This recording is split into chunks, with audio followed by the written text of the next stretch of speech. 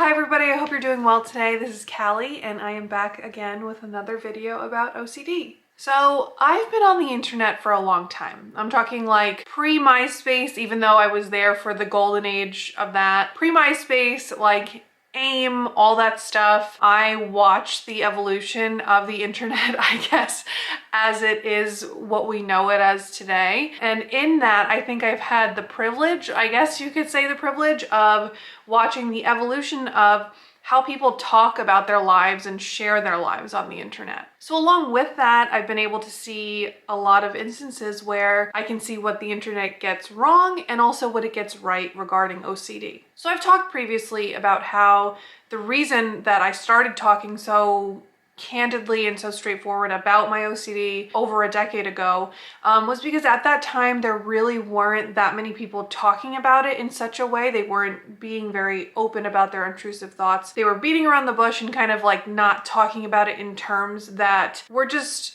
blunt and straightforward. And I think that was really what was needed at the time. Unfortunately, I think a lot of what was around at that time were those like old school memes about OCD, about things lining up, about things being clean, or things like being like slightly off kilter or off center or whatever. And that was kind of the extent of how OCD was talked about in terms of like graphics or memes or images or anything that wasn't like an article, like a scientific thing that you could go to and read. There was the odd article or experience someone shared on a blog or something, but those were kind of few and far between. And I think a lot of those memes, I mean, I know that it was not mean-spirited to do things like that or to say whatever or do anything like that, but I think it helped contribute to the misinformation that is spread about OCD, that it kind of trivializes it in a way, makes it feel like it's not as serious as it is and as distressing and disturbing for the people who have OCD. It kind of makes light of the situation, which is like all well and good, but it's not accurate. A lot of those old school memes that you don't really see that much anymore, maybe like, you know, your aunt shares something on Facebook that's akin to that, but like most people don't share that kind of stuff anymore. So like I said, I think a lot of those memes have really gone kind of out of fashion now. They're not like on trend. You don't see things that look like that anymore. As the internet again has evolved, so too has the way that we're sharing information. So you might not see those memes like still images anymore, but you'll see kind of something similar on TikTok, Instagram Reels, YouTube Shorts, whatever. You'll see those kinds of things. And I think today's version of that misinformation type meme is the trend that was happening. I don't see it so much like right now, but a few months ago, I saw it a lot on my feeds, was people talking about their intrusive thoughts. So I'm saying intrusive thoughts with air quotes because anybody that really suffers from intrusive thoughts or really struggles with them knows that that's not really the intent behind what the creator is posting. They're not talking about the distress behind those thoughts or the real feeling or the experience of the actual people that suffer with intrusive thoughts. But I think it's really important to point out that a lot of people are calling them out on that when they see these things. They're saying, hey, that's not exactly what intrusive thoughts are, just so you know. So I think that's kind of like a silver lining. It's like people are becoming more educated, people are talking more about what OCD is, and they're kind of more aware of mental health in general, which really can only help us. I'm not, you know, that's great. So I'm seeing that kind of trend happening. So there's still a lot of misinformation as far as how people are talking about intrusive thoughts or what OCD is or whatever, but people are pointing out saying, hey, that's really not the same thing. So I always encourage everybody to be respectful in the way that they're educating others on what intrusive thoughts or OCD or compulsions or obsessions or whatever you're talking about. I really encourage you to be respectful and keep an open mind and encourage others to do the same, because we're all trying to get through, we're all trying to learn, we're trying to make each other laugh, and sometimes it just doesn't happen. So we just want to be mindful of that. So I in the year 2025, like so many other people, spend a lot of time online. Probably, well, I can't say probably, definitely too much time. I think one of the trends that a lot of people with mental health struggles in general, and specifically OCD, are benefiting from is the fact that so many people are online oversharing, trauma dumping. And what I mean by this is, like I said years ago, we weren't seeing people really talking very explicitly about their intrusive thoughts. They weren't being as open. And I think a lot of it was from fear, or was from the stigma of all of that, the nature of their thoughts, which I totally understand. And it's obviously not everybody's cup of tea to be so open and to overshare. But like I said, I feel like a lot of people are doing that now, and it's only to a sufferer's benefit, I think. And what I mean by that is, I now know some people with OCD and their struggles, I feel like, more intimately than I know some people that I know in real life. Knowing the things that these people online are struggling with, and I feel this kind of kinship where I wasn't able to feel that years ago. I think that that's something that is really interesting, is that I'm learning all these things about all these strangers that I will never see, never talk to.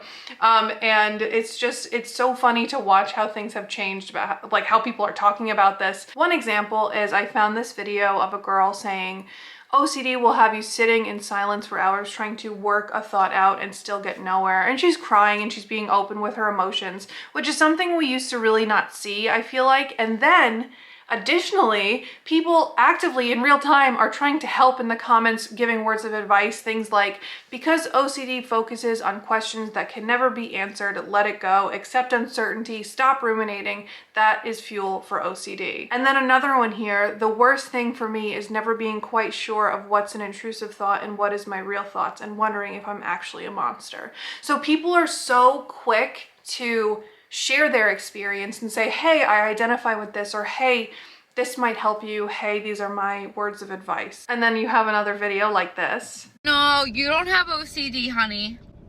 I want to keep my house clean too, but if you've never actually thought about like throwing your dog off of your balcony, even though you don't want to do that, but your brain convinces you that you do want to do that, even though you really don't want to do that and you would never do that, so you start sending yourself into a spiral because of those sorts of things. You don't have OCD.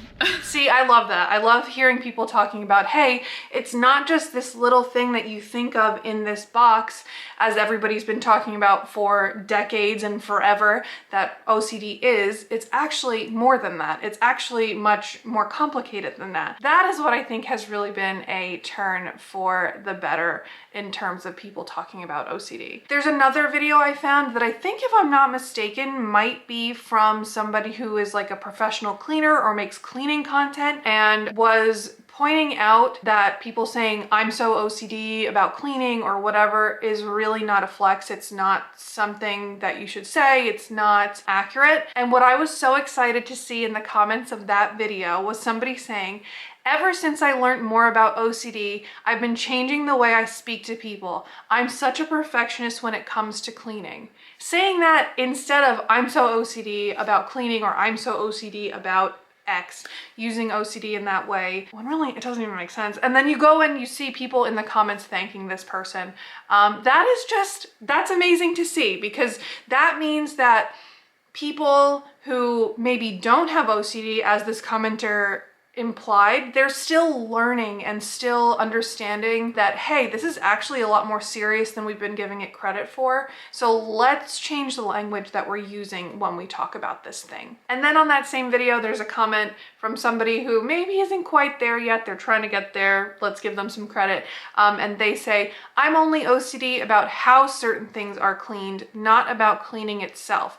People conflate the two and then get mad at me. And then we see in a direct comment from that, we have somebody trying to educate them and saying, which, if you're truly diagnosed with it, you would understand how harmful using the disorder as an adjective is. One of the more recent trends I think that I've noticed is people talking about daily affirmations.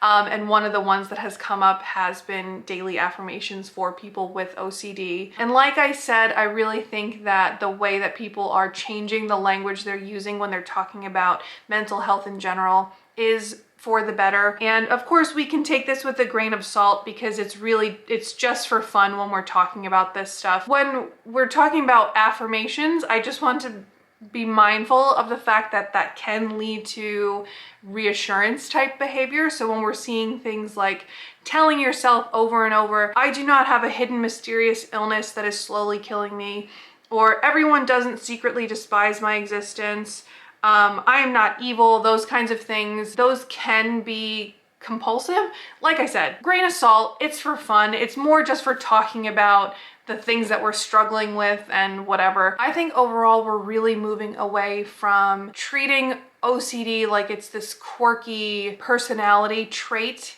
instead of something that is more serious, that should be taken seriously and should be given the care that it deserves. So if any of this strikes a chord with you and you're interested in learning how you can start to help your OCD symptoms, there are of course resources available to you, and one of those is NOCD. So you can go today to NOCD.com or treatmyocd.com and start on the journey to feeling better. NOCD will connect you to a certified therapist that knows all about OCD and can really help you in the ways that you need to be helped to start feeling better. So on that note, I'm gonna get going and I will see you guys later. Bye.